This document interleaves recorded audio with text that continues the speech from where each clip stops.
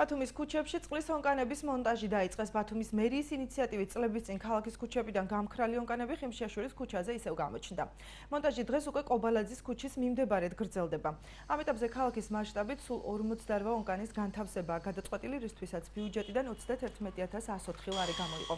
რაც შეეხება მოქალაქეების მიერ მოხმარებულ წყლის გადასახადს, მას აიპი ბათუმის კორპუსის ხელმძღვანელის განცხადებით ამხანაგობა დაფარავს.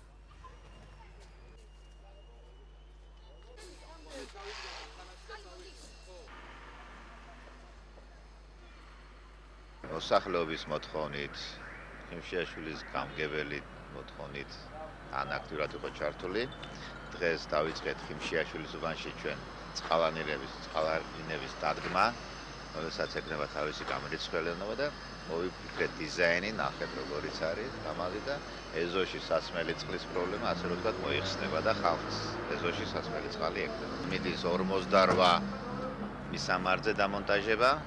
შემდეგ ბათუმის წყალი ჩართავს სისტემაში, მაგრამ მოსახლეობას არ გაუგვირდეს ვიდავით ჩართული რო არის ბათუმის წყალი ჩართავს სისტემაში და გაგრძელდება ეს გაიცადა რა თქმა უნდა მოთხოვნის მიხედვით. არის სპორტული მოედანი გვერდით, ბავშვები გამოდიან, ითხოვდნენ წყალს და არის ძალიან ლამაზი პროექტი.